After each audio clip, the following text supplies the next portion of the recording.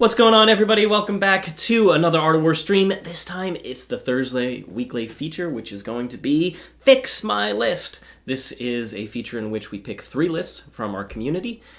Any of our War Room subscribers can submit lists in our Discord community, and we pick 3 every single week. This week, our theme is going to be picking some of the improved armies from the balance update. A lot of armies got some nice buffs, and so we've picked 3 different lists that we think are interesting. And we're going to follow along with their recommendations and the archetype that they submitted and try and improve it as best as we can. So if you want to have access to submitting your Fix My List, go ahead and click the description below, thewarroom.vhx.tv. There's a 3-day free trial. Check it out. You'll get to access our community.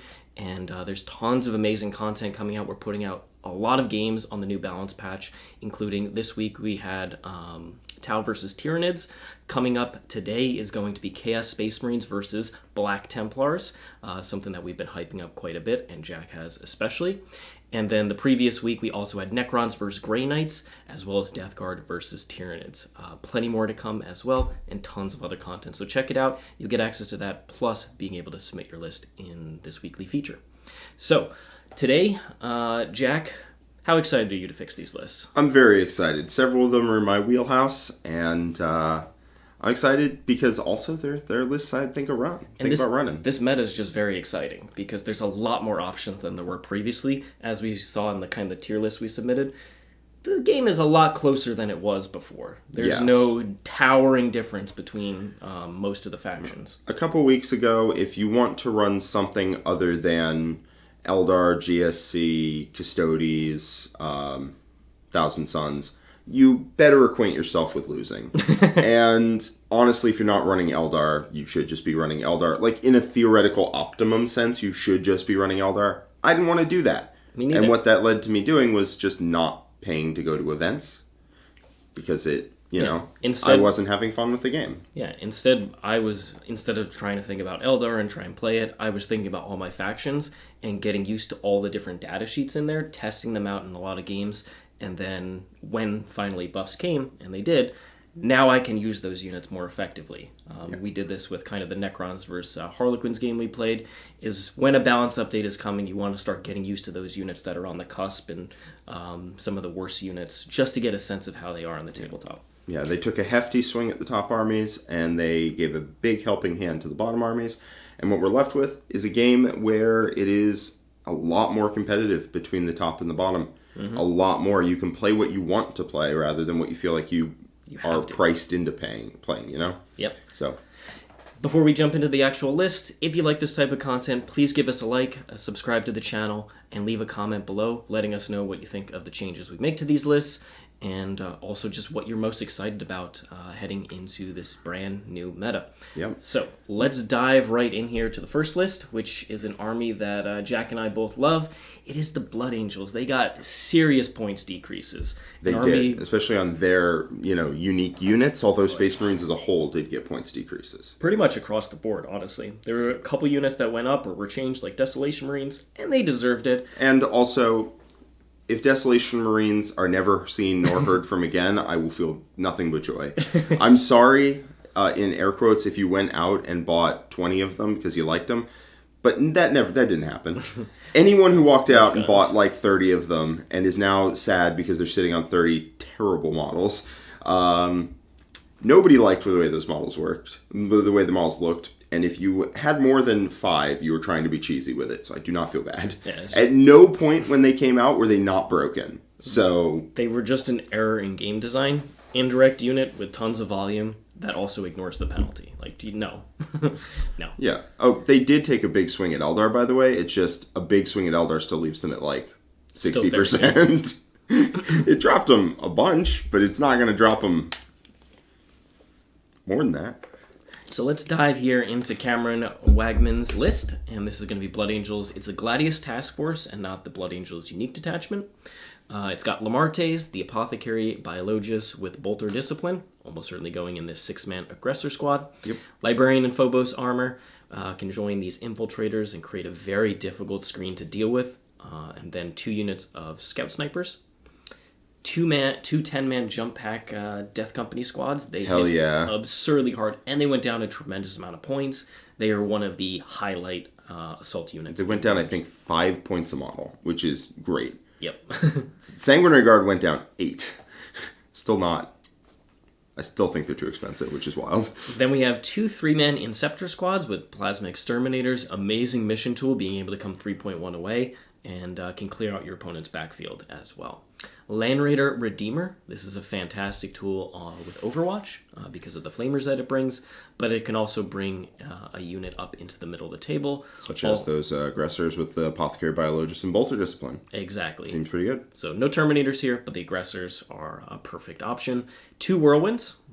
Solid indirect platform. If you want to run indirect with Marines, it's almost certainly shifting to Whirlwinds. And then finally, Avoidsman at Arms. Just cheap squad doing action stuff. Yep. So Cameron has some comments here. Hey guys, I have a tourney coming up on September 23rd, and before lists are due, I would love some feedback on some Blood Angel good stuff. Nothing is really off the table in what to take, and the terrain might be thick enough to make more fast combat units viable. Please let me know your thoughts, and thank you very much. Okay, so I do like to pick lists that are going to an event, because, you know, we want people to do well at events. Let's try and put together, what do we think the best Blood Angels build is going to be? So, if we're running Gladius Task Force, it does open up options. I don't mind the indirect fire here because it helps dramatically in certain matchups. Being able to, if they want to stage behind a midfield ruin, instead of being forced to send your Death Company unit out there, you can ship them down and make sure that when they do finally come out, you easily kill them in one swing. So I'm pretty happy with having some amount of indirect fire. You could probably go down to 1 if you wanted points elsewhere, because they're not that cheap. That's 300 points in 2 models. 2 are still really good with Oath. It's one of the few things where you can, you know, in the game still, where you can just pick a unit out of line of sight and just delete it. What I'm looking at here is that we basically have 3 killer units. One is the 6-man Aggressor Squad in the Land Raider Redeemer. That's a lot of points, but it is one of the strongest tools, and it's a great anti-Necron tool or any Horde unit, Accursed Cultists. Yeah, the Aggressors are nuts. They're so good. And then we have 2 10-man Death Company units. Those are the 3 units that are going to have to kind of carry this game. Whirlwinds will chip away at stuff, but they're not tabling the opponent. So I kind of feel like we should have at least 1 or 2 other damage dealers. We have a lot of cheap units, a lot of screens, probably a little too many, honestly. Yeah. Well, one way we could solve this, right? So the combo, for people who don't know, is the Apothecary Biologist himself gives the unit lethal hits, the Bolter Discipline gives them sustained hits, and when they are in Devastator Doctrine, while they're in the Redeemer, you can't spend the CP on them, but you have to have your army in Devastator Doctrine, they get critical hits on 5s, and then they hop out and fire a million shots with lethal sustained 5s, and then potentially 4 rerolls to hit and wound, and they rip basically anything in half. Mm-hmm. That's great. Love that.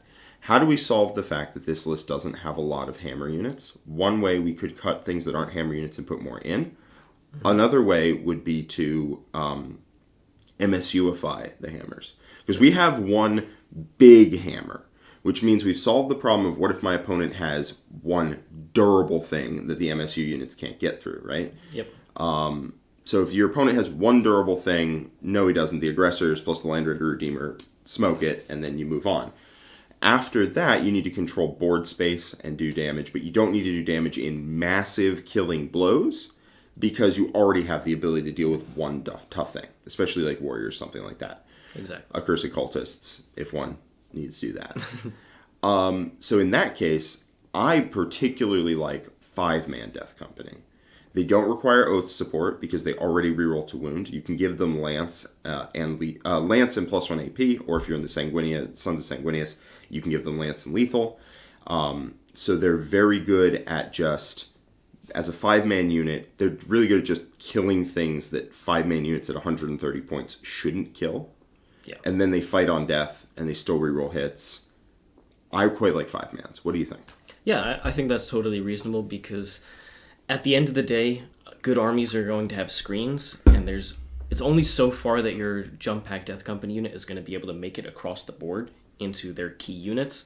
You're probably going to have to hit a screen, and I don't want to trade a 260-point unit into a screen. Plus a character. Plus the character. Yeah, I never want to feel like I don't want to send a unit out to go kill something. I always want to be able to go and kill, right? That's that's part of the reason why, the Blood Angel list of yesteryear had so many jump pack units. It's because I want to always be able to send something out. And the way to guarantee that you can always send something out is to have more units than there are turns. Yeah. Right? I can send something out to do almost nothing and it dies, and that's okay because I can do that every turn of the game without having problems. Mm-hmm. So I would take those 20 jump pack Death Company and put them into 3 5-mans. Okay. And then I would strongly consider the foot version. I do really like the foot version, especially access to... do you run Tycho the Lost with it? I personally don't. I just run them as 5-mans. Just a 5-man cheap unit. Yep. I think that's one of the benefits of being able to run Blood Angels. Personally, this was my theory when I was working with the list at the start of the edition, was that Blood Angels are one of the best at using MSU units because their units already reroll hits. Yeah. So they are, Death Company I believe are 115 now. Just a basic Death Company are on foot. Yeah, 115 for 5, which is just dirt cheap. And what weapon are we going to give them here? All Inferno pistols and Power Fists. Okay. It is just by far the best loadout. All right. So a lot of Death Company. Yep. Do we need a transport for these 5 Death Company, or are they going to get in the Redeemer after the aggressors get out? They can get in the Redeemer after the aggressors get out, or they can just walk up behind a wall in the center of the board. Mm-hmm. If your opponent charges you, you fight on death. And the way regular Death Company work is whenever a model in the unit fights, if the unit is below starting strength, they get exploding 6s. And if they are below half strength, they get double exploding 6s. And since you resolve every model that dies separately, the first guy who swings will just attack with reroll hits. The second guy will attack with, the second and third guys will attack with reroll hits and sustained hits. And then the fourth and fifth guy will attack with reroll hits and sustained hits too. And so they hit a lot harder than on the fight on death than almost anything else in the army. Yeah. And you do have that fight on death. It is expensive, but when you just trade for a unit that charged you, it's a big game. All right. So Lamardes. Do we need Lamardes with a 5-man unit? Because he's 20 points cheaper than a 5-man. I don't think so. Yeah, I kind of agree. And that means our trade pieces are significantly cheaper than they were before. And they still hit. They don't need to kill God. They just need to do enough damage to hurt those other MSU elements, so we don't have to commit the aggressors early. Yeah. I also don't think we need this. I think it's a luxury. It is nice. I think having 5 infiltrators just strung out behind a ruin is already blocking enough space where it's hard for your opponent to get in. Generally, I found that I didn't really need to throw my infiltrators out into the open when I ran Deathwatch with the Libby. It's, for 75 points, I think it's not really that necessary, and you're playing Blood Angels. If they get stuff to try and get close to you, it's totally fine. Yes. Is how I feel about it, and it would let us get something else, some other damage dealer in here. I want to ramp up the damage in this list. Absolutely. Especially since we're not running Sons of Sanguinius, which I kind of forgot about when I was recommending all the Death Company. Sons of Sanguinius means the Death Company hit like monster trucks. Mm-hmm. They go to strength 9, 4 attacks apiece, they reroll hits. They hit really hard. I actually think without the Sons of Sanguinius, I actually think the Foot Death Company aren't that great. So just cut them? Yeah. I think they're fine. Like, they're fine, they just aren't insane. At 115 for 5, at 23 points a model, they might be insane. But I'm gonna cut them for now, and we'll see where we're at. All right. So where we're at right now is we have 240 points left on this list. Okay, what are things that we don't have right now that we want to get in the list? So Marines can run a variety of... We only have 2... We have 1 killer shooting unit, very good into anti-infantry. We don't have stuff that's good at killing vehicles at range, like significant range, 24 or greater. Yeah. Should we look at something like Redemptor Dreadnoughts or any of the tanks, like the Valiant, the various Gladiator variants? The Ballistus Dread is quite good now at 150. Natively rerolls hits. So my game plan here, theoretically, would be the aggressors or the whirlwinds are going to be benefiting from Oath. The rest of the army has to be okay with not having Oath. And Ballistus Dreads are pretty damn good at operating without Oath. I agree with that. 150 points is a steal. I'm going to get rid of these Voidsmen at Arms just right now. It's going to free up some points that we need. Mostly we can always add a cheap unit in at the end, but this is not that necessary. Yeah. Oops. Yep. So that becomes, if we add in 2 Ballistus Dreads instead of the Voidsmen, we are 10 points over. All right, we can find 10 points. Yeah. What is the war gear on it? It's just automatic? Stock. There's no options. It's a missile launcher. It's a twin missile launcher and twin las cannon. All right. So what we can do is I think one of the Inceptor squads can go. I don't think you need to. Yeah, I agree. We probably don't need to. It is nice to have because they're a fantastic resource for securing secondary points. But I honestly would.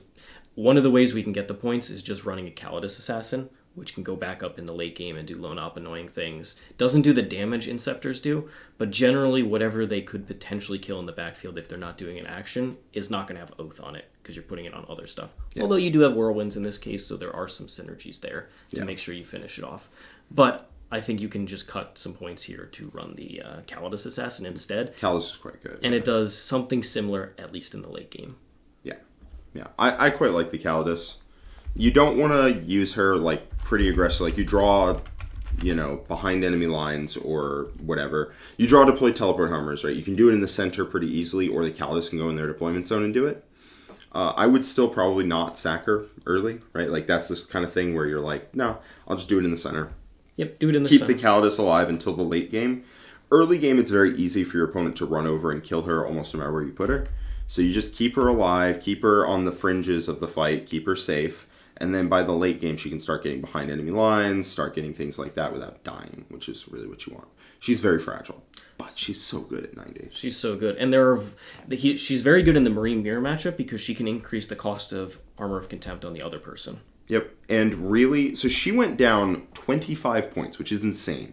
Now, half of her utility, theoretically, although I think most of her utility is just as a stat line and teleporting, theoretically, like half of her utility is the access to Vect. Vect only really mattered, the ability to increase a cost of a stratagem by 1 for the rest of the game. That only really matters if your opponent is doubling up on the strat. If they're doubling up on the strat, it's going to be eligible for you to Vect it. So the time when it really matters that you have Vect, you still do. And the other times, she's just 25 points cheaper and does the same job mostly. Yeah, several armies in the game have very good battle tactic stratagems, and she is very nice in those matchups as well. I will say, pretty much all of my Imperium lists are going to have a Calidus. It's so good to have access to that. So where are we at when we make that change? Dropping 1 Inceptor squad for the Calidus Assassin? We should be just under. I think we are 15 points under 2K, so we're at 1985, which is a good place to be. 1995 or 1985. 1985. So we can't upgrade Scout Snipers to Infiltrators because Infiltrators went up to 100. What about Incursors? Are they 90? They're an infiltrating unit as well? They're not. They Scout move. A Scout move, okay. I think Scout Snipers are probably better because they can't get shot. Yep. The other options to upgrade would be like the Inceptors to something that's 130, which if we could get 5 more Jump Death Company, I would do it, but that's illegal. We already have an enhancement on our character. I mean, being 1985 feels bad, but it's not necessarily wrong. Yeah, sometimes it's better just to take the better units. But you know what is wrong here? And we haven't addressed it yet? What? Not taking the Sanguinor. Not taking the Sanguinor in a Blood Angels army is definitely a choice. The Sanguinor is 140? Is insane. Yeah, he dropped 20 points for some reason. He was already nuts. I want to find a way to wedge him in. All right, so we have 15 points floating, which means we need 125. Mm-hmm. I'll be honest, the Calidus kind of just does what the Sanguinor does, but the Sanguinor is durable and hits like a truck. So she teleports, but he moves 12. We would need to cut her plus something else, and nothing else is that cheap. Her plus 35 points. It's a little tough. That could be Inceptors become more Scout Snipers if you want to play the mission that way. It could be the scout snipers become something. Voidsman again. It could become Voidsman again. Are Voidsman 40? No, they're 50. Inquisitorial henchmen are 40. Inquisitorial henchmen are 40. All right, let's put the Sanguinor in because we're playing Blood Angels, and he is that good. Yeah. The Sanguinor was amazing at 160, and he dropped 20 points. Okay. If you're running Blood Angels and you are not running the Sanguinor, take a real good hard look at yourself in the mirror and ask, what have I become? Who am I today? I think... Am I the person I wanted to be when I was 10? And the answer is going to be no if you're not running the Sanguinor. So what is it?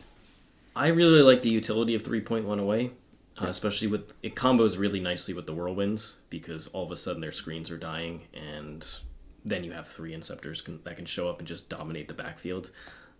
So I really like them. It means 1 Scout Sniper squad is getting adjusted. I wish this was over by 25.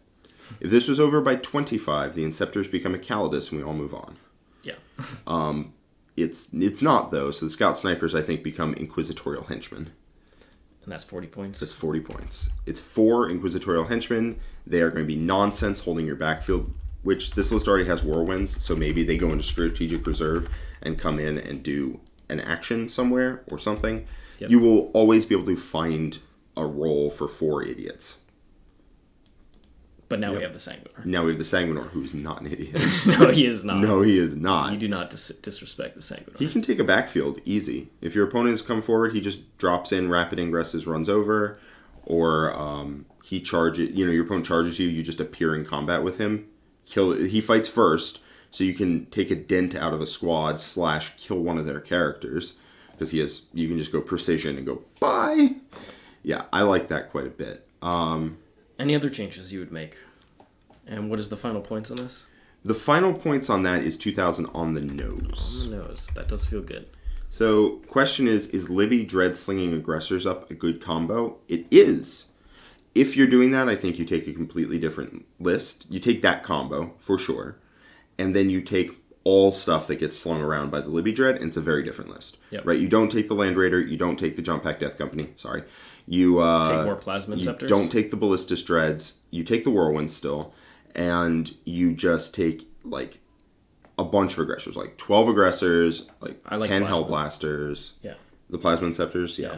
Yeah, you just take only units that get slung around, because the Libby Dread got cheaper, and I think the Libby Dread is a sleeper pick. I think it's quite good. I think he's very good, too. All right. But he fits better, I think, in the in a style that isn't trying to be durable in the center with this Redeemer. Yeah, I do think the Redeemer has to play a little bit. You don't, I think the term is YOLO swag your opponent as much as, like, Templars will. Right? The Redeemer doesn't just jam, because if they have 1 target and it's tough, they'll still kill it. If your opponent has, like, 5 targets that are all tough, then you hand them 5 targets, they kill 1. Oops. Yeah. That's not good for them. This is not necessarily a threat overload list. This is I'm going to chip you down, force you to do something, and then when you finally do, I'm in the backfield with the Sanguinor, and I'm there with Inceptors and stuff, and you just try and spread your opponent apart while playing the mission. Yeah. There is a question about how do you deal with the not having a chaplain for the Black Rage, and the answer is it sucks. No joke, it sucks, but there's no unit. There's not that many units that want a chaplain, and so it might just mean that they suffer the effects of the Black Rage. Yep. Which kind of sucks. Lamarty's is decent, but he just is so overpriced for a 5-man. For a 10-man, he's awesome, but I don't think this list wants 10-mans. You can restructure the list somewhat, right? Combine some things together, but then runs into the problem that we tried to solve right at the start, which was you have a very low number of actual threats, and you have a high amount of trash, which means your opponent can just put a unit forward, and you go, damn, I have no reasonable answer for this. I either have Scout Snipers that are not going to do it, or I'm going to commit a 10-man Death Company to that squad of Infiltrators. 10-man Death Company plus Lamarty's to that squad of Infiltrators. Or pop out your aggressor unit. Pop out your aggressors, which is not the plan. Or you expose your Land Raider Redeemer so your opponent can get shots on it. It's not great. Especially if you have to take the point, right? If you just shoot them with Whirlwinds, that can probably kill them, but it might not, A. And B, and then it's terrible for you. and B, you don't ever get to take the point yourself, and that's a little rough. 4 Inquisitorial Henchmen can kind of do that. They just walk out and tag an objective, and then force your opponent to do anything at all about it, which is kind of great. So that's kind of the decision tree you go down of like, yeah, the units are so good, but like, I don't want to take a chaplain. Then we got Chris. Thanks so much for being a member for 8 months. Really appreciate it. Mr. Siegs, Mr. Harpster, how are you two doing? We're doing fantastic. Sat painting the last few Necrons for the weekend. Looking forward to listening to some list convos. Have a great day, guys. You have an excellent day as well. Thanks so much for always supporting us. Thank you so much. We could have put Necrons on the improved armies list, but they objectively got worse. It's just that by a little bit, by like a tiny bit, they objectively got worse. It's just that the things that they were scared of dropped off hard. So there are new threats. There are new threats. Tau is a huge threat for Necrons. Tau is a huge threat. Anything they can't crack can be a pretty big threat. Yeah. So, but they're still very difficult for a good amount of armies to deal with quickly. Yes. If you don't come into a game with a plan for Necrons, you are unlikely to win that game. If you want to scroll up just slightly. Yep. We have a new member, White Ghost 33. Welcome to the War Room Bronze. Glad to have you here. Thanks so much for joining us. And then we have Muzzbuzz. Thanks so much for the super chat. Jack Siegs, what unit do you want to chuck in a Gargantuan Squiggoth? Mine has its varnish drying currently, so next it's a mandatory pick. Yeah, I think Gargantuan Squiggoth is one of the most improved units with the balance changes, because Towering went away. It had Towering. It didn't have any guns. I mean, it had a cannon. Whatever. I straight up don't care. The cannon hits on 5 is not a good profile. So it got better because even though it is the size of like a 5-year-old, right, on the table, a very very large cat or a small dog, right? That's the size we're talking about. It is huge. On some boards, GW in particular, there's just this like big wall of ruins in the center of the board, and your opponent has to get up close and personal if they want to actually shoot you. It doesn't matter that you're huge, or they have to go around the sides. It's going to be very annoying for them to shoot it on GW terrain. You can put it, like if you're playing table cores, you put it right on the line. It's just like, you walk over almost all of the terrain, and you just advance and chart. It has a rule where it ignores 4 inches of ruins. Nice. And you just go forward and just get them. And then at the end of it, you're toughness 13 with -1 to wound. So you're like... It has -1 to wound? So 1 CP in Orcs, non-vehicle unit, -1 to wound. Guess what the Gargantuan Squiggoth is? Shooting in combat? Anything. Yeah. So you That's good. And it hits like a freight train. It'll flip like multiple knights if it gets to touch them. How do you physically land it, though? Like, isn't its base gigantic? Yeah. There are problems. You threw whatever's in its way. I think it's actually quite good. It's only like 400 and something points, like low 400s. Does it carry flash kits? It can carry whatever you want. So you can just shoot out of it. You can shoot out of it. You don't get the reroll hits from Badruck. Badruck or whatnot, but I still think it's quite good. Burnas is what I would probably do. You can't Overwatch with them, unfortunately, but they auto hit out of it. And so if you're rocking up the table, you just get to like flame little infantry units away. All right. And then we also have Steve joining us in the war room. Thank you so much, Steve. Really appreciate you joining us. And then Nicholas Gerard, thanks so much. How do you bring in the jump pack dudes outside of rapid ingress? You probably, because they're so fast, you can just advance them out of your home ruin into the middle behind that ruin, and then they project their threat from there, and you can relay them out as needed. Yep, you largely start them on the table. The only thing I would start in reserves in this army is the Sanguinor, and that's because he can show up when your opponent charges you. And the Inceptors. Oh, yes, sorry, the Inceptors too. Yeah. Jack's not used to running them, but man, they are good. They are quite good. 1 unit of Jump Pack Death Company can be rapid ingressed in. I don't hate it, but we definitely don't want more than that. There's people in the chat wondering how you get lists on Fix My List. How you get your lists is any of our War Room members. So that's any of the subscriptions on our YouTube channel, bronze, silver, or gold, or our own War Room platform, thewarroom.vhx.tv. If you sign up for any of our memberships, our podcast membership as well on Patreon, doesn't matter, any Art of War service, you gain access to our Discord community, and in there's a channel for our members that is Fix My List submissions, and there every single week you can submit a list based on the theme that we're doing. So this time it was most improved list or just improved lists in general. So next week sometimes it's Imperium, sometimes it's Xenos, sometimes it's Chaos, sometimes it's a specific one like Tau or otherwise. So I know it might be next week or the week after that we're going to do a Tyranids one. Now that everybody has started to get the actual Tyranid Codex and get through all the rules, there's a lot of options in there. So one of these upcoming weeks is going to be a Tyranid specific Fix My List. So look forward to that one. But once again, if you are a subscriber of any of our different Art of War services, you can access that channel in our Discord community. Yep. I'm seeing someone in chat saying they're sad about their Custodes. Well, I still think Custodes have quite a lot of play, and if you want to check out a video entirely about what I would do in the new edition, it's going to be in the War Room. I just posted something up, yesterday? Day before? Day before. So... All right. So next up, we have Zatch 282 with his AdMech Rad Saturation Cohort and a bunch of allies in this one. So AdMech are an army that didn't get dramatic points decreases. They got some nice ones to a lot of different units, and their troops are actually playable now instead of being one of the most overcosted units in the game. Did they have a 5-up, 6-up? 5-up, 6-up, 125 points for 10 Rangers. Yikes. Did they do anything? No. Interesting. Now they sticky objectives. So that is not useless. It's not useless. And now at 90 points, it is worth it. And they have a 4-up, 5-up now. Yep. Do they scout or anything like that? They do have a 9-inch scout move. That's pretty good with sticky. 9-inch scout move? I believe it's 9. It might be 7. I can check it right here. Yeah, check it. Yeah. They definitely have a scout move. It's 6 inches, but even so, that's really good Totally to get to wrong. objectives turn 1. Like, you don't stand on the objective turn 1, but you get there. I was thinking of Cerberus Raiders. Cerberus Raiders are the 9-inch They scout are move. quite good, yeah. Okay. So, what is your top... Well, read us the list. I'll look up, see if Zatch has any comments for us. All right, so we have a Tech Priest Dominus here. This gives 5-up Theonopain to a unit that it joins, and very likely joining the Cataphron Breachers here. A nice upgrade.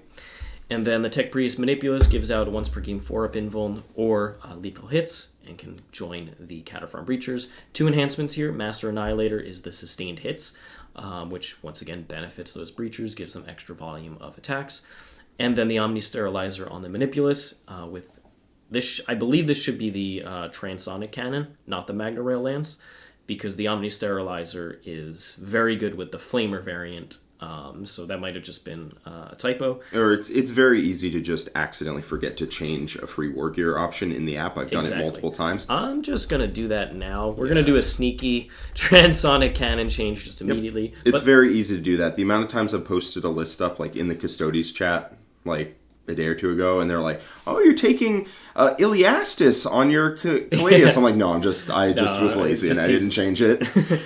So the Omni Sterilizer gives you access to Anti-Infantry 2+, Anti-Monster 4+, +3 attacks. And so this Flamer, that's normally just D6 shots, Strength 4, no AP 2 damage, all of a sudden is flat 3 plus D6 shots, auto-hitting, and then Anti-Infantry 2+, and Anti-Monster 4+, with Dev Wounds.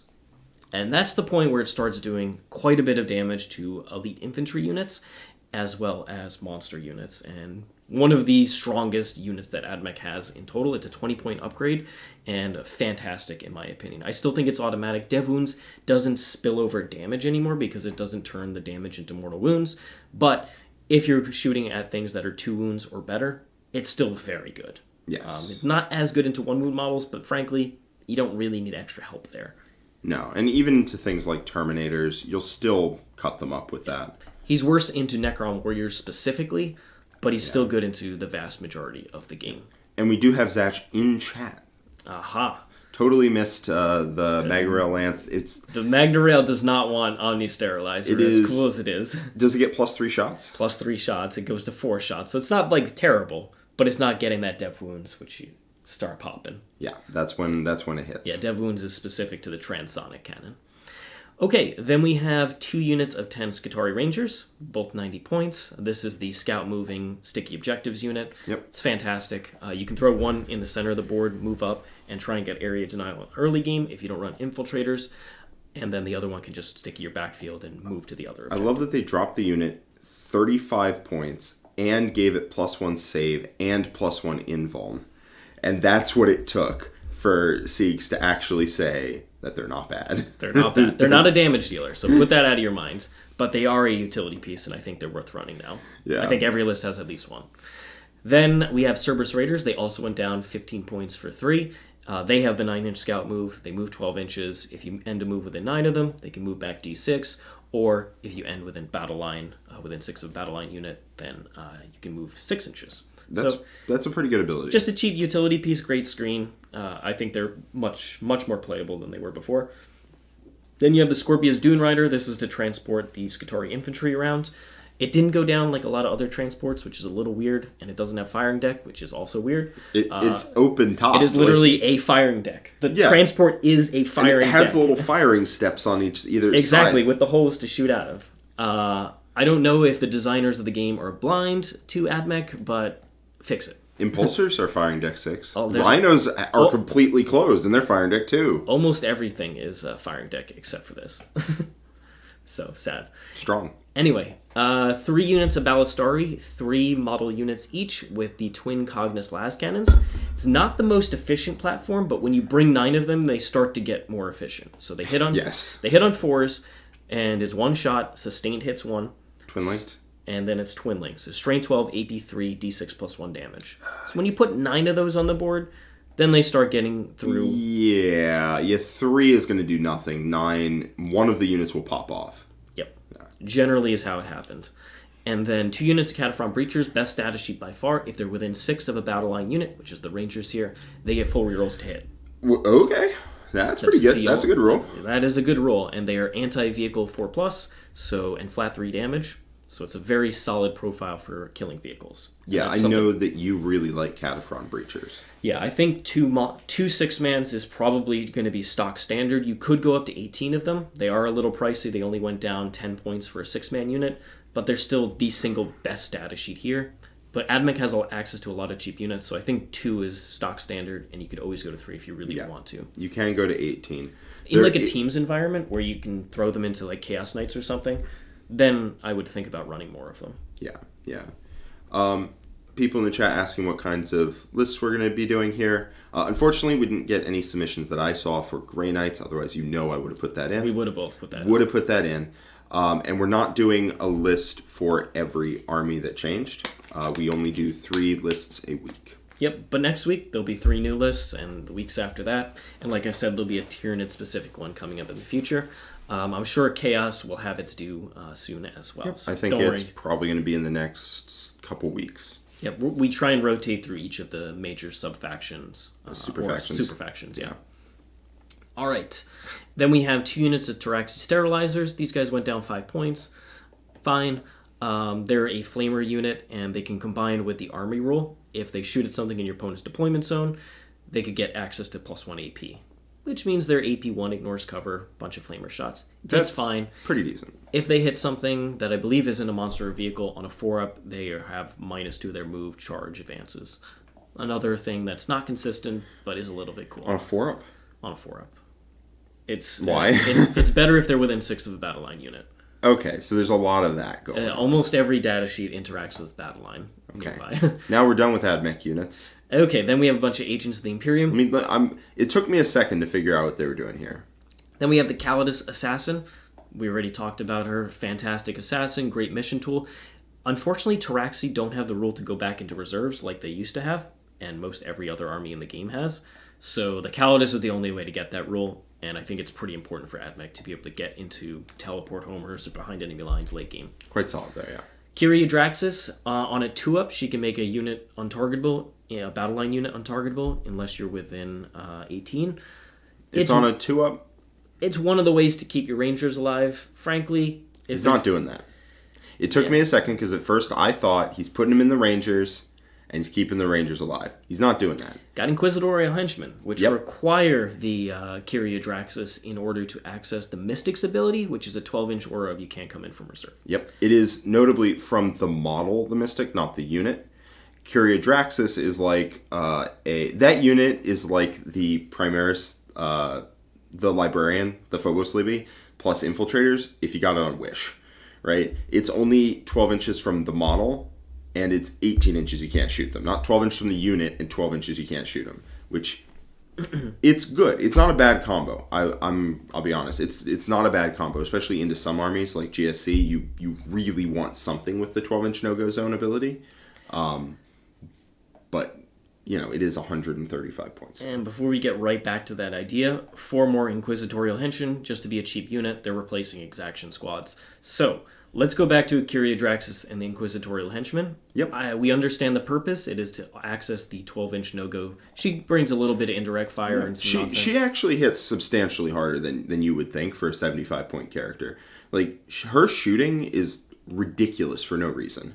It's totally solid. It's like 4 shots, dev wounds, damage 2 or something, anti-infantry 4+, or something nonsensical like that.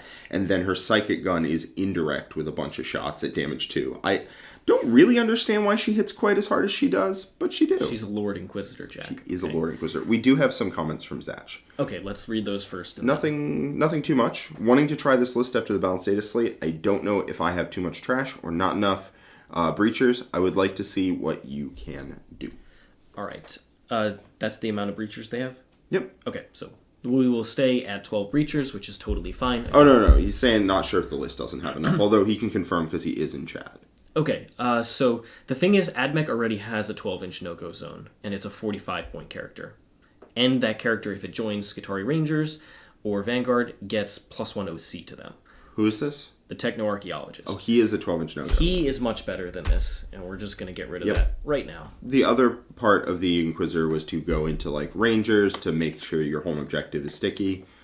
You have 2 units. If they have enough indirect fire to kill 2 units of Rangers, which could pop a 4-up invuln for 1 CP, and are going to be -1 AP in your deployment zone, they probably with cover, go after the Cataphrons anyway. Exactly. If they're going after the Rangers, cool. If they leave 1 alive, I still stick the objective, and they just wasted an entire turn of indirect fire. Yes. So I'll accept that. And the other unit already has a transport, so just not worried about that as a thing. We'll leave the other Inquisitorial Henchmen for now and see how many points we have at the end, but we are keeping the Calidus Assassin. The Calidus is staying in for sure. Admech really needs that. We could consider the Eversur. The Eversur is also quite good. He's, I believe, the cheapest one at 75, and he scout moves. He does scout move indeed. Okay, sterilizers, we definitely don't need 2 of those. 1 at most. I honestly lean towards the Taraxi Skystalkers. 5 points cheaper. They don't auto-hit because they don't have flamers, but they have the rule where if they shoot, they get to move 6 inches. Oh, that's quite solid. And the reason that is very good is because Admech isn't super fast to be able to contest objectives. Dune Riders can because you can advance and disembark from them, but you're not running Vanguard in this list right now. So contesting your opponent's objectives is a little tricky. I like having the 5 Skystalkers come in. They'll shoot their shots, probably do 0 damage. That's fine. But then they move 6 inches, get on the objective, contest it away. What's their movement characteristic? They can only move 6 after that. No. What's their movement character? So, like, if you really needed to go yard, you could rapid ingress. 12 inches. Yeah, you could rapid ingress 9 away, 12, shoot, move another 6, and get behind your opponent's Capture enemy outpost screens. plays can open up. Things like that. All sorts of things. If they end wholly within battle line, they can get their full normal move so as well. What is the problem that you're seeing, like, top line with this list right now? So, in my opinion, the thing with Admech is they have a couple solid data sheets, but the real way to play them, based on the games that I've put on the table, is they need to throw things into your opponent to tie them up and slow them down. Admech don't want to get into a 1-to-1 shootout. They want to get into, I'm tying up 2 or 3 of your things so they can't move, and I'm going to kill this one thing. And then next turn, okay, you killed like 2 of the things that are tying you up. All right, 1's still there. I'm going to jam another layer into you. So, like, move blocks with the Raiders, charging random nonsense with Taraxi, like, charging into, like, Ballistus Dread so they can't move because they're not going to punch you out. Exactly. Dune Riders are vehicles, so they have a minimum standard of toughness, and you can jam them into shooting units, and they won't get to leave. Admech's thing right now is that their damage output is swingy, so you can't rely on it. And as soon as you can't rely on damage outside of the Breachers, but once again, Breachers do have problems with 2-up save, access to Armor of Contempt in cover, because they don't ignore cover and they're only AP2. So there are problems for them. You need to be able to tie them up efficiently. In this list, the only things that are tying stuff up is our Iron Striders. which we may want their damage in certain matchups and not want them to be tying up. So I want more resources in this list. Would that look like more Dune Riders with Rangers in them? It could be Dune Riders with Vanguard, because Vanguard are -1 OC to enemy units within 3, as long as they're not a vehicle. Are they OC2 themselves? And they're OC2. And if we bring a Techno-Archaeologist, we could have 1 unit at OC3, -1 to OC. And 20 Necron Warriors near the objectives, I don't care. I'll take that. You can have a guaranteed play of just not caring about how many models they have on the objective. What's the range of the effect? Within 3. Within 3. So you disembark out of a transport, go -1 OC. Did you say you can go -2 or? -1. -1. But that still takes them to OC2 or 1, depending on whether they're near their the barge guy. And then you just take an objective by putting concentrated 10 guys plus a character plus a Dune Rider on it. Yep. And you take it away. So I think we just need more stuff, and stuff that's a little more durable for its points than you'd expect is how I think about it. I was using Onager Doomcrawlers for this role, but they didn't go down in points. They're one of the handful of units that didn't get any decreases. So Dragoons are the one that stands out. They were good 5 years ago. They can't get a decrease. Dragoons stand out because they went down 15 points a model. So it's 60 points. You get stealth on there. It's T7, 7 wounds, 5 up invuln, can go to a 4 up invuln, and you get a bunch of lance attacks, 4 lance attacks. I'm looking up whether they are more expensive in dollars than points. I believe so. I think they're 60 points. $60. They're $60 US. Yeah, so they're a point per dollar. Solid, tight. AdMech is one of the most expensive armies to collect. So, first of all, I also want to cut the Dominus down. He didn't go down in points, and I believe that saving 20 points and running another Manipulus is just better at this point. Okay, are you still taking the Master Annihilator enhancement? 100%. Okay, so that dude's 90. Sweet. All right, so we cut one of the Taraxi. I have tried out 3x3 Ballistari. Without Call, you're not really creating a castle. So I think 2-mans, because at the fact with 2-mans at 100 points, we can at least tie up enemy resources and not feel too bad about trading away our last cannons. They actually go forward at that point. Yep. Yeah. And they have a great rule that you otherwise wouldn't be using, which is fallback, shoot, and charge. So you can tie things up and then fallback, shoot, and charge if you survive against them. And once again, the 4-up invuln strat, when you're targeted in your opponent's shooting phase, it lasts until the end of the turn, so they get it in combat as well. So it's a fantastic strat to use on them. Okay, so we have quite a few points left to play with here. Alright, so let's start by adding some Dragoons. Yes. So, Dragoons, so we're still taking, Iron Striders, or whatever the platform's called. Yep. It just happens to be the punch bot version. Exactly. They're slightly more expensive, but have inbuilt defense, and they can at least kill chaff with their taser lances. So I don't need Dragoons. How many are we looking to take? Units of 2? Yeah, I want a couple of units of 2 here. That's going to be 120 points, so slightly more than the Iron Striders, but like I said, they can help do some damage in other ways. Let's add 2 of them. Yep, we're left with 135 points after this. Okay. So, what else do we need here? What else do I kind of consider essential? We have a good amount of troops. I'm kind of thinking that maybe we probably don't need 2 Ranger units here. What we could do, though, is grab the Eviscer Assassin. I want something to get area denial turn 1. Ooh, I didn't switch this. To Sky Stalkers? Yeah, so save 5 points. Got it. So I then think we Sky have Stalkers, 230. even though they do less damage, I think Or they're 130. I think they're a little bit better, personally, because of that utility. Yep, they are anti-walker 2+ as well, so they can help punch through damage on some tougher targets. We don't need Anti-walker? 2+, yeah. They have 4 attacks that hit on 4s. No, I'm just saying I've never seen anti-walker. Yeah, they have anti-walker. That's odd. So like crisis suits and stuff, they're just like wounding them on 2s. Well, crisis suits are walkers? Yeah. Interesting. That's how Farsight can heroically intervene. What a world. What a world. You're learning here. Yeah. All right, we have how much? 140. 140.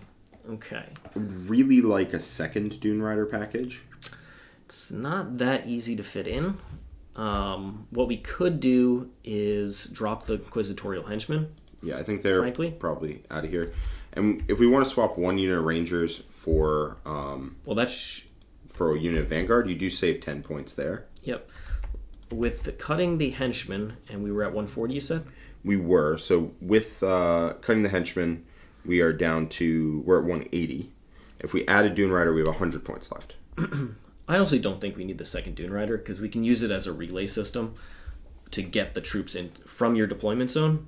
They move up, get inside the transport after the first unit disembarks and gets into the center of the table. Got it. I think we can save points there. I would actually rather just have more bodies. Okay. So we have 180 points. That could just be... I've seen you already selected both squads of Rangers. So there is definite value in running the our friends, the Vanguard, and I do like having at least one Vanguard unit. Whoops, why didn't you copy? There we go.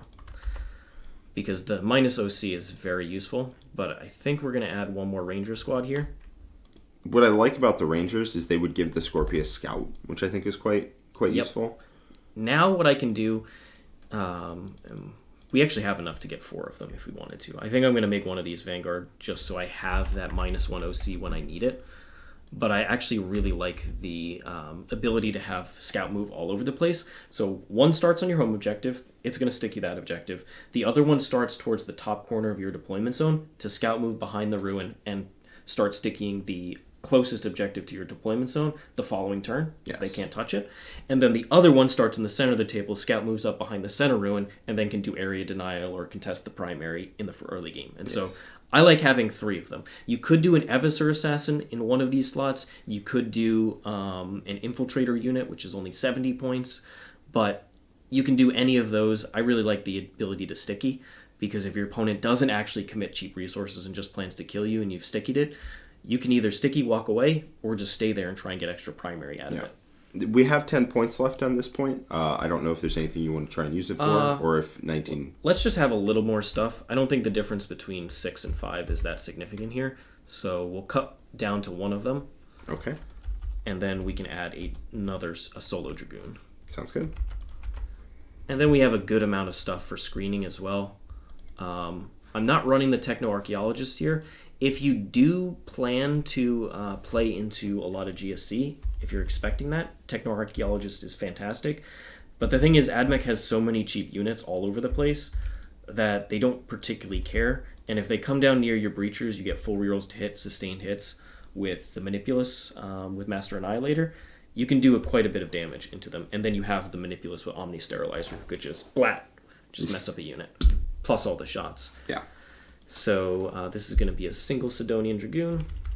Yep, for 60. And that leaves us at exactly 2,000 points. Yep, so there's flex options here. If you wanted to, you could trade this Ballistari for going ahead and grabbing a Techno-Archaeologist. You could do the same thing with the Dragoon and then, spend some points to upgrade a Cerberus Raider unit to Infiltrators or something. You can play around with the little points, but this is kind of the archetype that I'm thinking is going to be the way to go for AdMech, which is you have a couple damage dealers, mostly Cataphrons, and then you just have a lot of stuff. You need to be tying up your opponent in their half of the board so that it's all about all these Skitarii all over objectives, all these relatively durable things, and you're going to be popping a lot of that 4-up invul and just forcing your opponent to put actual shots into nonsense. Yeah. That's how I feel about AdMech, because their damage is... You can run 9 Iron Strider Ballistari, 9 Dragoons, a bunch of Breachers, and then a couple Chaff units. The damage just still is not consistent against some of the top armies, so we need to move block them. We need to tie them up. We need to do that type of thing. Yeah. So that's how I feel about AdMech right now. I think this is a strong list, and hopefully you like the changes that I made. Absolutely. They said no disintegrators. Aren't they insanely expensive for no reason? They went down 15 points and they're still 180 points. They are absurdly overcosted. I did try them multiple games, and every single time they vastly disappointed for how many points they were. They really want Call nearby. You could run the Call Castle, run the disintegrators, run a bunch of Ballistari nearby, and just have a lot of stuff that way. It just doesn't... You need to play the mission well, and I think this list plays the mission much better than that style. Yeah. Because that army just doesn't get angles. And if you run the indirect fire, it's hitting on 4s. You can get it up to AP3 in your opponent's deployment zone, but it doesn't ignore cover. And it's just a bunch of 1 damage shots. It's fine, but I was never impressed by it. And a lot of armies have lone ops and just don't care. Yeah, that all checks out. Let's, we have some super chats. You want to address those? Yeah, let's do it. So we have Laxabarel. Thank you so much for joining our membership tier. Really appreciate you joining us. Then we have Luna. also joining us at the bronze tier. Thank you so much. Getting access to the community where you're going to be able to make all sorts of Fix My List submissions. That's right.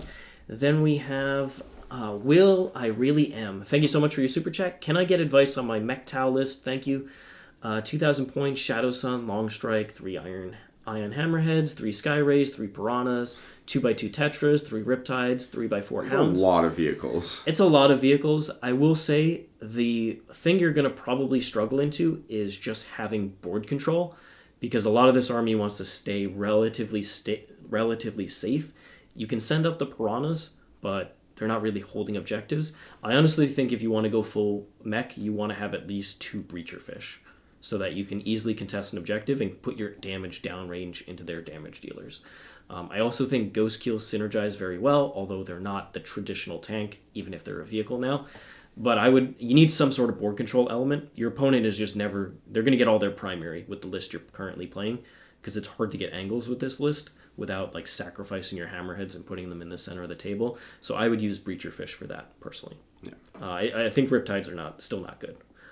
Personally. 180. At 180, they're cheap, but their data sheet rule is terrible, and they are still worse than Ghost Keels for the role you're probably using them as. So I would drop them, bring Breacher Fish instead. Ghost Keels are quite good. They're real good. They went down 10. They were already pretty damn good. I think they want to run a traditional mech list, but if you want to run Ghost Keels, replace the Riptides with Ghost Keels, and you'll be way better off by a long shot. Yeah, you actually have things that can stand on objectives without getting blown up. Yep. Then you have Fate Stay Dreamer. Thank you so much for being a member for 6 months at the gold tier. Really appreciate it. Hey guys, hope all is well. Always enjoy the show. How do you feel about Count As models? I'm using the Lion in my Black Templar colors as Helbricht, using Sacrosanct instead of Cenobite models for Grimaldus. Everybody wears robes. As long as it's done well, where the model looks like it should, is on the proper base, and then has the Black Templar iconography and the proper weapons, totally. Yeah, those are more conversions. Yeah. Instead, if you just run the Lion as himself, as Helbricht, then that doesn't really work. Yeah, it's largely the rules or the norms against counts as like when it crosses the line is when it causes confusion or when it looks weird. Generally, if it's easy to tell what you're trying to do, then you're fine. But if it just looks like you took the Lion, slapped him on the table, and said, he's my Helbricht now, then that's probably not going to work. Or if there's 3 Sacrosancts that are actual just Sisters models with the shields, that's probably not going to work. The other thing you don't want to look like is you don't want to look like, whether it's true or not, you don't want to look like it's because of low effort. And that's whether or not you put a ton of effort in, even if it looks like it's low effort. Right, if it looks like I didn't want to get the actual model, so I used Sacrosancts that I had. If it looks like that, even if that's not the case, that will also be a problem. But as long as it's clear what you're trying to do and it looks like you put effort into it, you are totally fine. Which upgrade on the Skitarii? I always run the Omni specs. You can run the Enhanced Data Tether if you plan to spam the 4-up Invuln strat on them, but I think I will prioritize spending it on Dragoons or Ballistari first. Before them. So I'd rather just ignore cover for some anti-infantry firepower. Yep. Welcome to the War Room, Silver Paulo. Glad to have you in here. And we have a first-time super chat from Zach282 himself, Zachary Jacobs. Love the list. Thank you guys. You're the best. Thank you. You. Thank you for your support, and let us know how it goes. All right. Moving on to list number 3. It is, somebody called it before. They're like, are we getting Black Templars? You are. This is an army that was, where would you say it was before? Like B tier? It was fine. Yeah, it was fine. It was like B tier, probably in there. It was okay. You could do well with it. You weren't going to beat like the top tier armies with it. It was fine. It got a lot better. First off, points drops across the board almost entirely. The Assault Terminators went up 10, but whatever, you still take them. The Assault Terminators went up. Everything else pretty much went down, including in just the base Marine Codex. So that helps quite a lot. Secondly, the damage in the game came down significantly. You don't have to worry about the Wraith Knight just blasting you into another dimension anymore. Black Templars literally couldn't beat a Wraith Knight. Like, straight up. Most armies couldn't. Most armies couldn't. Black Templars were one of them. You don't have to worry about that blasts you in another dimension. You don't have to worry about devastating wounds spilling over because you just have a feel no pain. You don't have a feel no pain against mortals. You have a feel no pain. So the damage output came way down, and that meant, hey, guess what? We can just be thick and durable and aggressive the way that Black Templars should. Yep. I've been very impressed. I played 3 games with them in the last week. Right. Oh, in the last week. In the last week, I played 3 games with them, and I've been very impressed. The durability check that they can put out is very hard for a lot of armies. I was talking about it. Admech has a problem into 2-up save, Armor of Contempt, and cover. That is literally what Black Templars can do better than almost every army in the game. That's right. That's right. And you're already leaning into it. Opticlone here, which is a great name, first off. Opticlone here is already kind of leaning into it with the Redemptor Dreads, and I think Black Templar Redemptor Dreads are on another level. They went down 15 points a pop, and they are really good. So you've already got that part of it. I played Triple Redemptor 3 times in the last week, and every single time they were insane. Siegs watched one of those games, played one of those games. I watched 2 of those games. You watched 2 of those games and played one of those games. And the Redemptor Dreads were nuts each and every single time. Black Templars just makes them better because the 6 of Feel No Pain makes them count as though they have 14.2 wounds on average. And just giving them plus 2.2 wounds on average is really good, especially since you can spike. Oftentimes, 6 of Feel No Pain is like -1 damage because, you take a damage 4 hit, you reduce it down to 3, pass a 6 of Feel No Pain, that reduces it to 2, and your opponent is just crying, sobbing in tears. His name is Nick, usually. Yeah, a game went up on the War Room today of... It's coming up right after this. Right after this. It's going to be Black Templars versus Chaos Space Marines. If you want to see the power of Jack's list, which we're not going to recreate probably in total here, but we're going to bring some of the elements from it. The thing is, I would say, take Grey Knights, right? This is an army that is a durable midfield board control army that has tricks. Take away some of the tricks, okay? Yeah. But instead bring in even more just durability and guns. Yeah. Imagine Grey Knights with guns. Less tricks, but more guns. Yeah, you don't run around, but you don't have to. Yeah. You can just walk into your opponent, take hits on the face, don't take any damage, and just ragdoll them. So there's 2 things that make Black Templar Redemptors better. And there's the question in chat, which is a great question. 2 things. One, before I get to those, Redemptors are just good across the board. I think they're great. I think they're criminally undervalued after having played them. They're ludicrously tough. But the 2 things that Black Templars do that makes Redemptors even better than normal is that they can take a 6 of Feel No Pain and Leadership 5 across the board. And that is great. No other army can give them any kind of Feel No Pain or any kind of blanket durability. Don't quote me on that. But I don't think so, right? The Gladius gives them the ability to move around more, gives them the ability to advance and charge, but you're never spending the strats on them. So it's only when your army is doing the thing they'll happen to catch a stray, advance and charge, which sometimes they care about, sometimes they don't. They'll catch a fallback and charge, fallback and shoot and charge, but oftentimes they won't need it. You get those rules, but you're probably not using them on the Redemptors, right? You're using them on your big units, not the 200-point units. Whereas in Black Templars, they just get a 6 of Feel No Pain. And if you haven't experienced a 6 of Feel No Pain on 3 Redemptors, it is misery.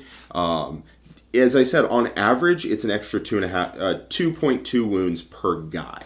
But it can spike up and down. It just makes each one that much more annoying to deal with. If you point at a Redemptor that's 12 wounds and one that is a bit over 14, one is substantially tougher, just having those extra couple wounds, especially since the degradation table is not nearly as vicious.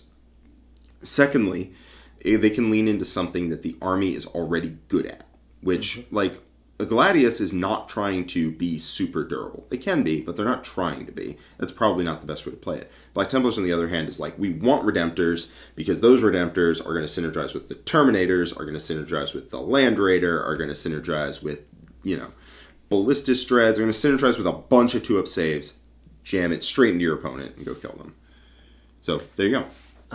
To the Orc player in chat, is this not enough Orc content for you? There we go, right there. There's your Orcs. right there. We do have Orc content. Jack actually got ahead of schedule and did the Orc State of the Faction video, which is releasing next week, and that's going to talk about the new meta, how Orcs fit into the new meta, what some of the new lists are, and we'll be having Orcs on stream in a game as well.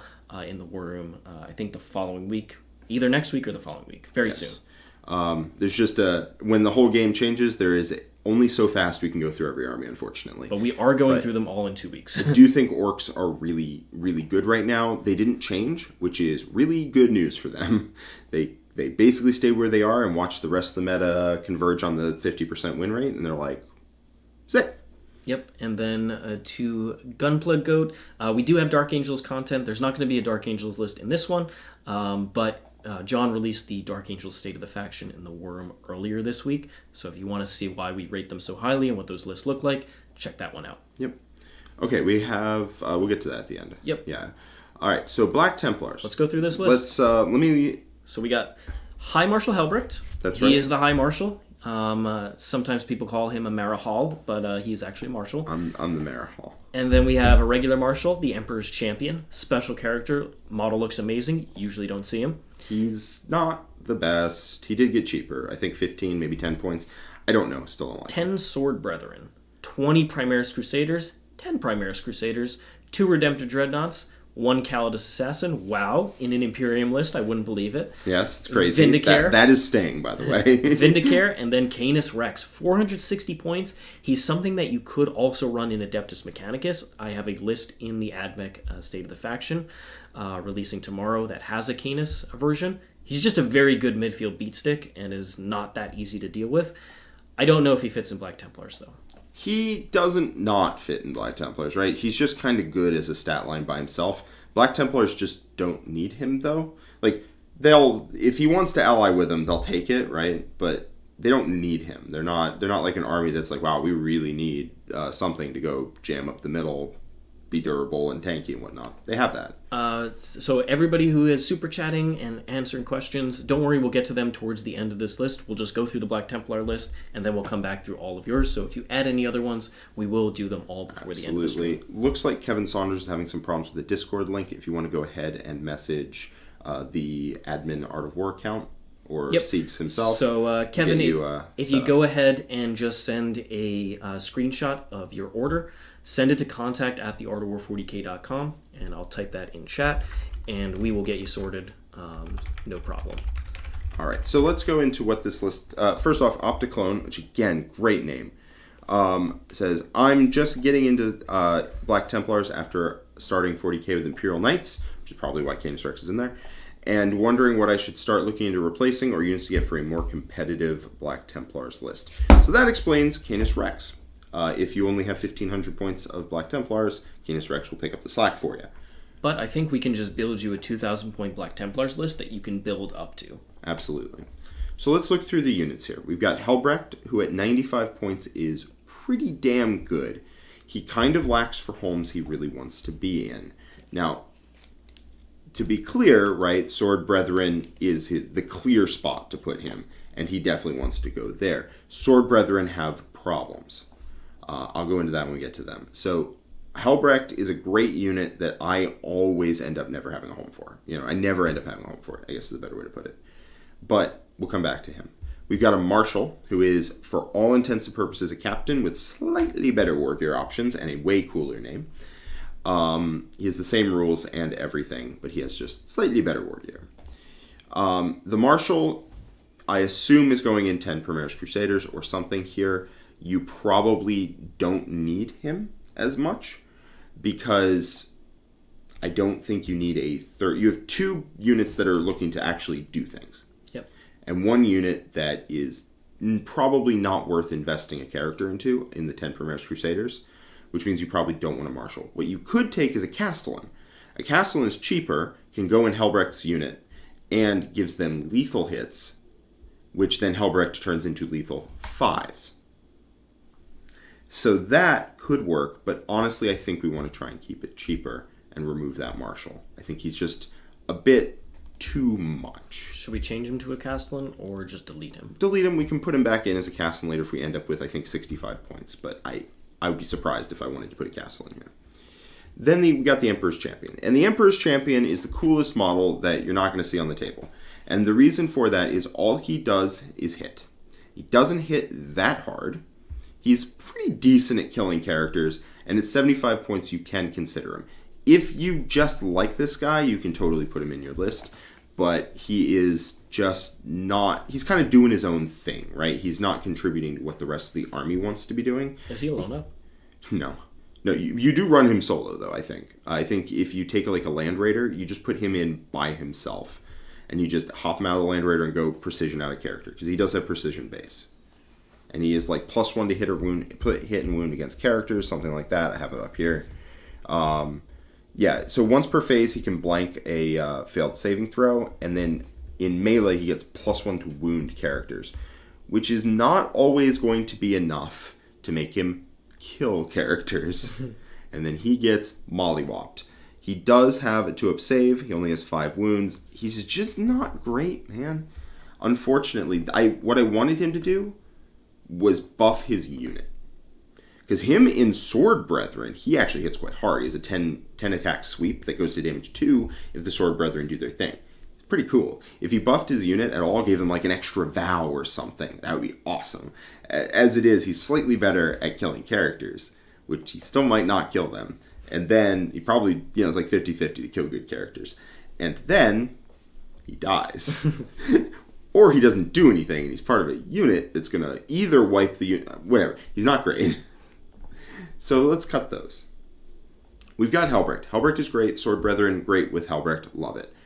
I probably prefer Grimaldus somewhat. I think Grimaldus is a great pickup if you're looking to play Black Templars in general. So I would probably switch Helbrecht for Grimaldus. Okay. And that's because I'm planning to put them in a transport. Grimaldus, and he's how many points? 95. 95. Clean swap. So here's the thing. Grimaldus, coming out of a transport, still gets his reroll hits ability because it's not a pick 3. Then his other abilities will have to wait a turn to activate. Unfortunate. Helbrecht, on the other hand, all of his abilities are static. That's awesome. But what ends up happening is you're not able to take advantage of it.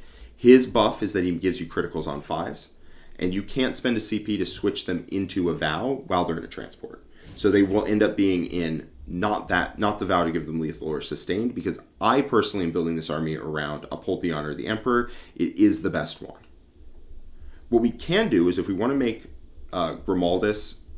actually, hold on. There is possibly a reason why I want to go Helbrecht. So we'll leave that 95-point slot there. If we want to make the Sword Brethren slam, we can put a Castellan in there and give him the enhancement Tannhauser's Bones to give them a 5-up Feel No Pain. Then we probably do want Grimaldus to be Helbrecht. Just thinking about it that way. Because then you can't put a Castellan in with Grimaldus. You have to put him in with a Marshal. Gotcha. And Helbrecht finally got Marshal. He didn't have it at the start of the edition. Well, he's the High Marshal. Yeah. So I think we're going to build around this Sword Brethren unit. Just talking this out, like I'm going through the decisions here. I haven't made up my mind. So what I'm going to do is I'm going to, JK, we're going back to Helbrecht. And the reason we're doing that is because now we're going to put in the 65-point Castellan. And he's not going to be 65. I think he's going to end up being 100. And this is so that he can get an enhancement? Right, and the enhancement is Tannhauser's Bones. Yep. He ends up being a clean 100. So now that, in the Sword Brethren, that unit hits very hard. Because at the very least, they have lethal 5s with Helbrecht and +1 strength. Mm-hmm. So at the very least, they have that. If they're already out of the transport, you can give them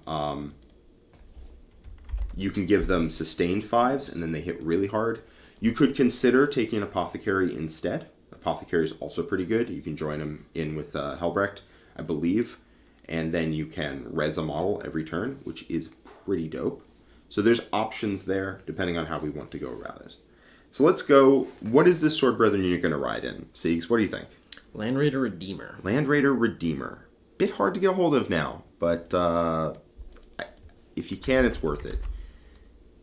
Even if you just convert it up, I think it's going to... Like, you get a regular Land Raider and you convert up the Flamestorm cannons. You can do some cool conversions. There's 260. Okay.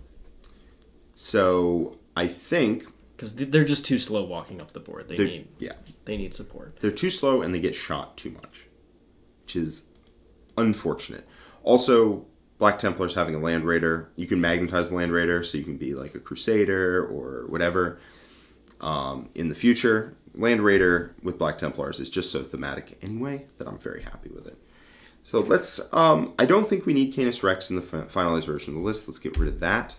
And let's see where that leaves us. Do you want the Vindicare too? We can get rid of the Vindicare for now. We might put in an Eversir. That might happen. And you were skeptical on the 10 Primaris Crusaders. I'm a little skeptical about their role. Let me see how many points I have left in this list. We're going to add in a Land Raider Redeemer. So the Land Raider Redeemer, boop, boop, boop, where are we? There we go. Leaves us with 335 points left, which is not a bad amount. Do we want to do anything with these 20 Primaris Crusaders, is the question. If we want to do something, we could add Grimaldus into them, and they become decent. Not like amazing or anything, decent. They lose their scout, but they get reroll hits, and they get either +1 AP, 5 at Feel No Pain, or Advance and Charge every turn, which is a very good suite of rules. I think if you have 20 Primaris Crusaders, we're going to slap Grimaldus in there, and we're going to call that a unit. Okay, so grab Grimaldus. Yep, he's 95 points. So now you have two pretty damn tough, pretty damn punchy units. I'm going to break up the 10 Primaris Crusaders into multiple cheaper units because I think that's going to have to be a thing we want to do. Yeah, right now our mission play is our key units. Yes. Which is not ideal. So we're going to break it into 5-mans or just change the unit? Change them to 5-man regular Crusaders. 5. And that's, what, like 65 points or 65 points, yes. Okay. Now we have 250 points left. And you know what I want to do with those 250 points, Siegs? What do you want to do? I want to get a third Redemptor in here. Third Redemptor. If you don't want to do that, we can also do things like... just the triple Redemptor is so strong. It's so strong. We can, if you want to lose the Primaris Crusaders, you can take things like a Ballistus Dread. Brutalis Dreads are also pretty solid. The Terminator unit, I think, is fantastic, but we're getting into literally copying and pasting my list in. Yeah, my list is... I don't have the 20 Primaris Crusaders. I have been toying around with whether I want to keep Sword Brethren because they're so cool, but the lack of invuln is hurting them. So if you're willing to run them with Tannhauser's Bones, that really helps them because they get the 5 but feel no pain. But if you take the 10 Assault Terminators, give them a Chaplain with Tannhauser's Bones, that unit will win you games by itself. So that's very good. We have 40 points left after this. And what I think that means is we take an Inquisitorial Henchman squad of 4 guys. Aha, the Inquisitorial Henchman returns. If you have 40 points, you don't got 50. So you can't take a unit that's cost 50. So, unfortunate. But I think this list is quite solid. It's still trying to do the same thing that all the lists that I've been playing around with are trying to do, which is just be dummy thick and just walk up the board. Redemptors, if you haven't played triple Black Templar Redemptors, try it. Try it out. They are insanely tough. With Oath, they can put down basically anything you want in shooting that you want. They are great at pushing and supported by a couple of key units like Grimaldus' 20 Primaris Crusaders or Helbrecht, Castle, and Tannhauser's Bones Sword Brethren in a Redeemer. They push very well because your opponent looks at your other units and says, oh, I don't want to kill those. I'm going to try and go through the Redemptors. And in fact, Nick tried that in the game that's going up today. Tech for it. He took some stuff that was meant to try and do more damage, and he looked at the Terminators, said, I can't go through that. And he's like, all right, I'm going to go through the other flank that is triple Redemptors. And I'm just, I'll give you, 2 guesses as to how that went. It's tough. It was tough. Very tough army to deal with. Very tough army to deal with. And this army still scores points pretty well, but you need to be aggressive to really score your points the best you possibly can. But you do have cheap nonsense units to hold your home field and screen out, as well as the Calidus teleporting around. as well as a lot of pressure coming downfield. Grimaldus, intending 20 Primaris Crusaders, being able to advance and charge, is pretty good. They became 14 points a model. Helbrecht plus a Castellan in a Redeemer with Sword Brethren is very expensive, but the trick is the Sword Brethren unit is a great unit by itself, and the Land Raider Redeemer is a great unit by itself. They just happen to start with each other. And then they can, once you've deposited the Sword Brethren onto an objective, killed 50 things, the Land Raider can kind of walk off and do its own thing. Or you hop back in. Up to you. I quite like this list. I think this list is good. It's trying to do the same thing that I've been turning around in my head all over and over and over again. This is just my love letter to Triple Redemptors. There are other ways to play Black Templars, but I'll be honest, for a person starting out, it's probably not the best idea to buy like 100 Primaris Crusaders, right? Like, that's probably not where you want to start a list if you're building into Black Templars. And if you are worried about things changing in the future, you could always go like double Redemptor, double Ballistus, find some points somewhere, something like that. But I really like Triple Redemptor. They were good in they were good in 9th edition for Black Templars. Triple Redemptor was kind of the way, and they're great in 10th. Like, I cannot say enough good things about them. Ballistus and Brutalis Dreads are good. They are not as good as the Redemptor, in my opinion. Yeah, -1 damage is very rare nowadays, and boy, when you throw in the 6 of Fiona Pain, it's just a lot more durable than you think. Yep, 2-up armor, access to Armor of Contempt, easy access to cover. Stick a gun barrel behind a wall, you have cover. And all of a sudden you have a 0-up save with a -1 damage, 6 of Fiona Pain, toughness 10. It's just misery. Well, hopefully Opticlone enjoys this one, and let's go ahead and answer some more of these Super Chats here. So I believe we have Jimmy here. Yep, with a first-time Super Chat. We're so happy to have you here.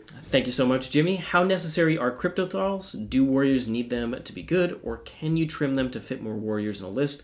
I only own 2 Thrall minis, but have 60 warriors, and Thralls are impossible to find.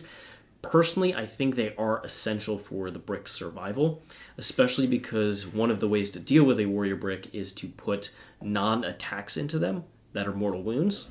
And as soon as you do that, because it's not an attack, you aren't able to reanimate after those. So they'll try and kill, a handful of models and then activate their big damage dealer to try and finish off the unit in one go. Crypto Thralls mean you just pop off a couple 4-up Fiona Pains, and now, all right, you lost a Crypto Thrall, maybe even both of them, but you still have 20 bodies to soak up the damage.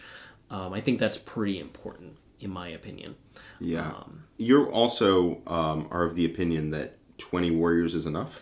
I think 20 warriors is enough. There's several armies in the game that have enough damage output to kill 20 warriors. Even the max one with the hypermaterial ablator for stealth, as well as 4-up Invuln for Orican, or a 5-up Fiona Pain from the Technomancer. Even the most durable one can die. So if you have 3 of them, they will just do it 3 turns in a row. I think Necrons have a damage output problem. 20 warriors is enough to control the middle of the board against most armies. Against the armies that can kill it, you need other stuff. And that's kind of where a lot of my lists have been going. So I think 1 unit with the Crypto Thralls is probably as many as you realistically need to run. If they can't deal with the first unit, it doesn't matter that you have 40 more. They're not dealing with the first unit, and it just wins the game by itself. And then the 2 Thralls that he is all he has would be more than enough for basically all the lists you're putting on the table. Exactly. Yep. We have Kevin Saunders. Welcome to the War Room Bronze. Glad to have you here. Thank you so much. Then we have Danny. Been a member for 3 months. Thank you so much. 6x20 Hormigons, 6x20 Termagants, Zoanthropes, Venomthropes, Psychophage, all Gaunts get the benefit of cover, stealth, 6-up Invuln, 6-up Fiona Pain, and the detachment to bring them back. Yeah, that is a lot of bodies on the board. John has not put this on the table yet. Weird. But I believe that some of the more horde-oriented Tyranid players are probably going to go that direction. It definitely seems solid. It's very good board control. It's a lot of tricks. Whether it's going to be top of the meta, we'll have to see. I know John prefers the Monster Mash style right now, but I think it definitely has legs. Yeah, I think there's a lot of different builds in that codex. If you want to see... this, you could check something like this. You could check out Charity Hammer, which I believe is happening this weekend. I think there's 4 Tyranid players, and each one's taking a different detachment. I believe one of them is the Horde, the Unending Swarm detachment. So I would check that out. Yep. Then we have Redrum, been a member for 8 months. Thank you so much. Question for Richard, maybe a bit odd, but how would you describe your playstyle? The armies you play, like Tau, Admech, Votann, Krons, are all more shooty. Do you enjoy that, or is it something else? Really hyped for the Votann content. Me too. Tomorrow is Build a List Votann, so make sure you're here at 10 a.m. Eastern to go through that. I'm going to build my Votann list and then play it the following week into Nyx Demons, so that's going to be very exciting. The Votann State of the Faction is also releasing in the War Room today, so a lot of Votann hype. What would I describe my playstyle as? You know I love crippling damage, but I don't always play armies that do that. Usually I like having a resource that can. Necrons in this edition don't have that, but Tau certainly do in the Crisis Break. Admech don't have a crippling damage unit. Votann kind of do in Hearthguard. So it's kind of split, but my playstyle basically is I like playing a trading game where I trade resources to force my opponent into an awkward position where they have to overcommit, and then I start winning a trade game in the turns 3, 4, 5 because I have more resources than them. So just give you an example, my current Tau list has Ghost Keels. Ghost Keels are a lone op that is very durable because you have to get within 12 first of all, then it's stealth, then it's 2-up save and cover, and it can blank 2 of your high damage shots. So all of a sudden, if you want to kill it, you have to put a lot of stuff towards it. And then, alright, if my Ghost Keel dies, no problem, I step on my Crisis unit, kill your damage dealers, and after that, you're in a pretty poor spot. Yeah. That's a good synopsis of what I like doing, is forcing a trade war between me and my opponent. They have to trade more than I have to, and then I do enough damage that it kind of is, they peter out in the late game. Siegs likes to establish a board position where he is winning by a little, and if his opponent tries to do anything about it, they catch the hands. Then they lose by a lot more than a little. Yeah, exactly. They can choose to get, to lose by a little or get mollywopped and just lose by a bunch. And that I think is your favorite way to play. That's why I see the biggest grins on your face. I do love that. Yeah. I do like unkillable units, though. Yes. There's nothing more fantastic than Necron Warriors just reanimating everywhere. But generally, that's how I describe it. Then we have David Smith, who upgraded his membership to the Worm Gold, which is the full tier. It's the equivalent of our own website, theworm.phx.tv. So same exact content on both of them. You're going to get all the Worm videos, all the State of the Factions, all 3 games every week, and all the bonus content, things like Jack's theory videos, as well as Know Thy Enemy, a series that's coming back for the first time in 10th edition as we're starting to get detachments. And then Masterclass series are going to be coming next month, where we kind of break down a 5-part series on a faction, everything you need to know to play it at a high level. Yeah. So a lot of great content in there, and if you want to check out more, it's theworm.vhx.tv, and there's a 3-day free trial on our own platform. Yeah. But you can sign up here on the Gold YouTube version as well. Then we have George. Thank you so much for the super chat. Do you think Blast is still a problem? I feel it should be +1 for every 10, not 5. I think there are certain Blast weapons that are problematic because they start with too many shots. Usually it's the ones that start with 3 plus D6 and are Blast. Yeah, I get that, right? Those are really good. I'm thinking like Acolyte Hybrids bombs. The whatever they're called, demolition charges. The demo charges, yeah. So here's my thought. I don't think that's like that. Those units are obviously just overstated.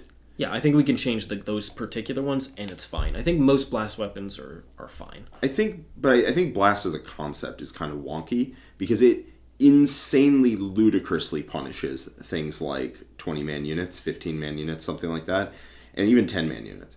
Because like a D3 shot blast gun just occasionally is 7 shots. And if you're tripling your damage output into a unit that's a 20-man, man, does it suck to have a 20-man. So I'm really not sure what to do about that. I'm not sure where to go. But I do agree that blast is kind of poorly implemented in that it like harshly punishes large units. But who knows? I think if the large units had the same type of durability as Necron Warriors, where the unit itself doesn't do much, but is just super durable, and you have to be able to kill enough of it that it's far enough away from the objectives. That's why Blast probably exists, because they were like, okay, Necron Warriors, we need these weapons to actually be able to counter them. However, they then created certain Blast weapons that are also just good into everything, because they have a ludicrous amount of potential shots. So I would probably think that it's just a game design issue at this point. I don't think there's a real fix for it other than tweaking the actual certain weapons that I think are problematic. I do like reroll to hit against big units. If it was like reroll to hit against 10 mans, reroll to wound against 20 mans, I think that'd be interesting. Or something like you can tweak the numbers. 5 plus and then 15 plus or something. Anyway, bearing the lead a little bit, we have John McCardell in chat, our hero. Our hero, our daily hero, Mr. John McCardell. Thank you so much for the 20 gifted subs. We really appreciate your support. For anybody who has gained a gifted sub, make sure you go ahead and click the accept button. Somewhere a notification should pop up on YouTube. If you click accept, then you get access to the benefits of the Bronze War Room, including gaining access to our Discord community, where there is nonstop conversation with a lot of our coaches and a huge community international that just wants to talk about the new meta. So come on, join us, have fun, and thank you so much, John McCardell, for just being a hero of this channel. We really appreciate it, and you just do it day in, day out, every single day. And thank you so much. Thank you so much. Just can't say anything more. World Eaters content coming in the future. Quentin will get to eat today. we will Quentin will get him. to eat. Yes. All right. And then we have another super chat here from Ace. Is the Lion worth taking in the new meta? And if not, what would be a reasonable points cost for Let me him? find out what his points cost 380, I believe. Did he not? He didn't go down? I don't think so. Well, Battleforge has unfortunately glitched, which it does occasionally, and says, hey, you need to buy a subscription, even though I have. So let me go and look at something. I believe he's still 380. I don't think he went down. He is a very strong beat stick, but outside of that, he's like Gilliman can make the army around him significantly better, or better in different ways, whereas the Lion is just, I hit you like a train. So he's the opposite of Abaddon, who hits like a train and is also a buff piece for the whole army. The Lion doesn't really do the same thing, which is why he's probably not worth that cost. Yeah, I will say, if you want to run the Lion, he is a massive pain for your opponent. Like, he fights first with a profile where you just can't take that. He's -1 to wound, he's toughness 9. Like, 3 up invuln. 3 up invuln. He's not bad. Like, by any means, he's not bad. I actually do want to play with him because he's like a perfect Jack unit. Just one model walking up the board. Would you like to do something about it? No, and you're dead. I think he's super cool. He has deep strike, right? I believe he does because he's. So you can rapid ingress him in. You can rapid ingress him in. He moves 8. You can also just walk him up the board because he's. He moves 8. Yeah, because he's also a lone op basically. If he's within 3 inches of a unit, you get advance and charge into Gladius because you don't take the Dark Angels one, not until they get a codex, I'm sure. He is very good. If you take him, he will do good work for you. But people are finding that they want to put their points somewhere else. But if I were to run Dark Angels, I would run the Lion because I think he's sweet, and I think he's definitely good enough to run.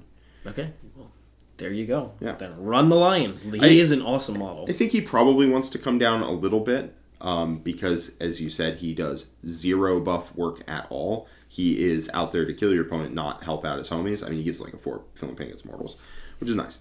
Yeah. But I think he could stand to go down maybe 30 points. But he is good enough that you can run him and he will do good work. Well, that's exactly where you want a lot of models to be. Mm-hmm. All right. Well, thank you everybody for joining us. If you enjoyed this stream, go ahead and click the like button, subscribe to our channel, tell your friends about us, and leave a comment below letting us know what you think of these lists, and also just what you're excited about in this brand new meta that we're exploring together.